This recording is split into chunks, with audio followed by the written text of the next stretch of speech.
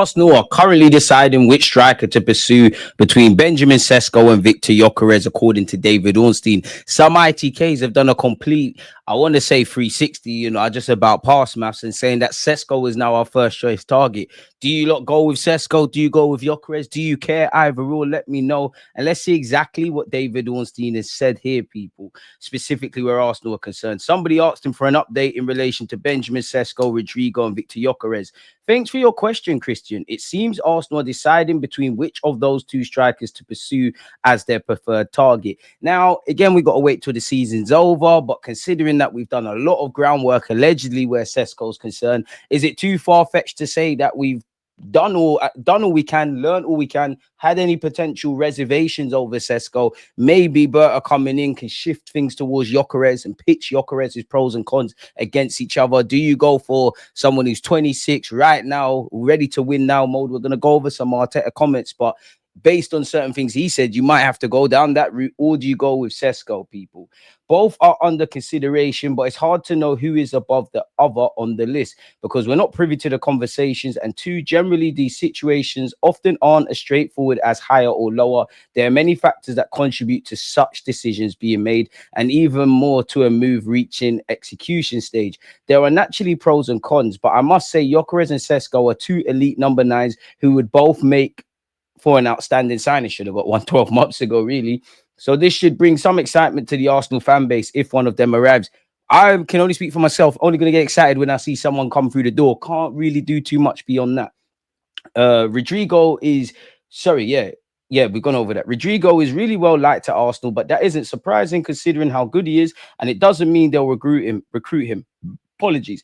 Again, loads of factors such as what are the club-to-club, player and agent terms? Do Arsenal want to make a proper push? Is it affordable with all the other business they need/want to do this summer? Would somebody have to leave? And if so, how likely is that to happen? Does Rodrygo want to join Arsenal? Who else is in contention? As for Howson, I feel that there was a specific opportunity, and while of course it's a position that may remain under consideration, there's probably bigger priorities in the immediate term. Forget Man United, they lost to Spurs in the final, you man Amidi, but congratulations to Spurs on that. I want to scroll all the way down, people, and see if there's anything more in relation to Adam Wharton, who a lot of us wouldn't mind at the club. He has many admirers. It looks like he's capable of going to the very top. One of the best midfielders I think England can select, if I'm honest. But his season has been disrupted by injuries and he's progressing extremely well at Crystal Palace. You never know how the market will develop, but I think Palace would expect him to stay with them this summer, considering Gerhi and Eze's futures are subject to speculation. I don't know of any agitation on his part to move. What an incredible talent Blackburn Rovers developed. What an incredible signing Palace made in January last year. And what a thrilling player and prospect he is for them and in England, which is true. Is there anything else? It appears Mikel Arteta's face lights up with joy every time he speaks about Kai Havertz. Arteta and everyone at Arsenal loves Havertz and a player as a character. It is said he understands and implements what Arteta asks for extremely quickly and how the manager wants it done. His recent return from injury ahead of schedule will be viewed internally as a major boost to the club, especially heading into a critical season. He then spoke about Thomas Partey. Arsenal in talks with Partey, but an agreement has yet to be reached. There's also understood to be interest from abroad over a long-term deal.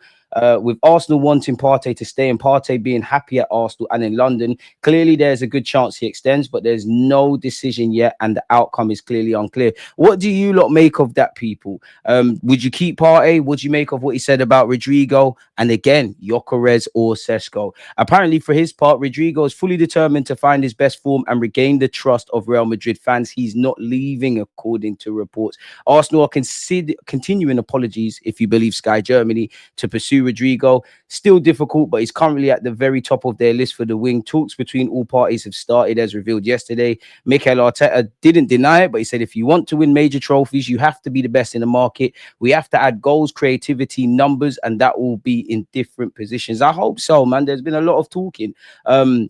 Arteta did say, I wouldn't like to name a player, but there's pride because we have brought the club into a position that next season people are saying you have to win a major trophy. And that means everybody believes, and we are an elite team in this country and in Europe. The biggest statement is that Arsenal is there. What is clear with the amount of injuries that we've had in the front line is that we need a goal threat and we need firepower. Understanding that context can change tomorrow. We cannot rely just on numbers that we had before. We have to add goals, creativity. We have to add numbers, and that will be in different positions. What do you lot make of that from Arteta? Rodrygo, for his part, apparently is convinced that he can gain Xabi Alonso's trust and be crucial for Real Madrid. He'll only consider leaving if Xabi Alonso tells him there is no place. Again, Mikel Arteta has admitted for the first time he wants Thomas Partey to sign a new deal at the football club. We were vaguely, half-heartedly linked with João Pedro, who apparently Romano said will and could depart Brighton this summer. It seems that Chelsea are preparing a £50 million bid for him, so that might be something. Arteta did say on Berta, I think he's going to be a big contributor with his experience and the fact that he's already won in very difficult contexts, and the way he's built teams, he's exceptional. I think we have to share that responsibility, and Andrea is going to be a key part of driving the plans and the ideas we have and to execute them. We are here to support him. We've gone over that with Mikel Arteta already. We've gone over that already, people, about being the best in the market. Court offside is saying Arteta has held direct talks with Nico Williams in order to present his project to the player. Sources have indicated Arteta's pitch looks to have put them in a commanding position to sign Williams. We'll circle back over that.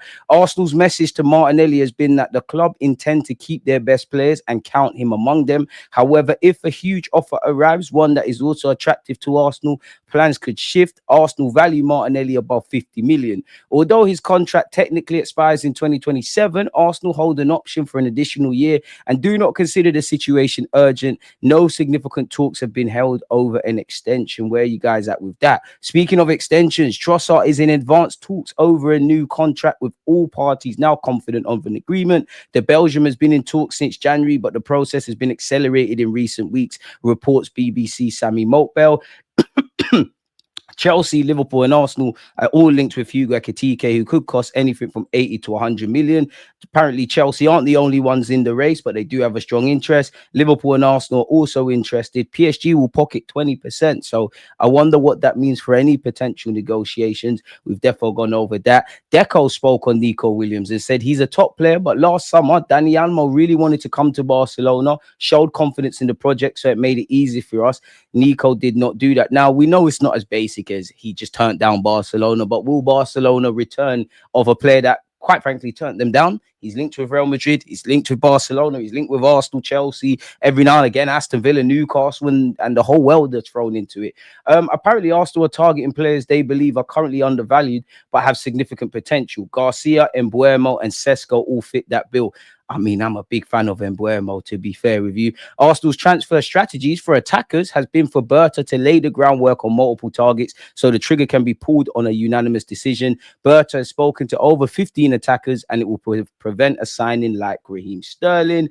As part of his first few months in the job, Andrea Berta has held talks with the reps of virtually every Arsenal squad member. What do you lot make of that? We do hear that everyone and their nana saying Partey talks are accelerating, so we'll have to see how that one develops. We've gone over that already. And Arsenal have been linked with a young goalkeeper from Rangers, Rendon Maguire. Apparently, Arsenal, Ipswich, and Everton are all tracking the young man. I mean, we're all here to talk about transfers and that, but we need to get things over the line and we need to deliver a trophy next season. As always,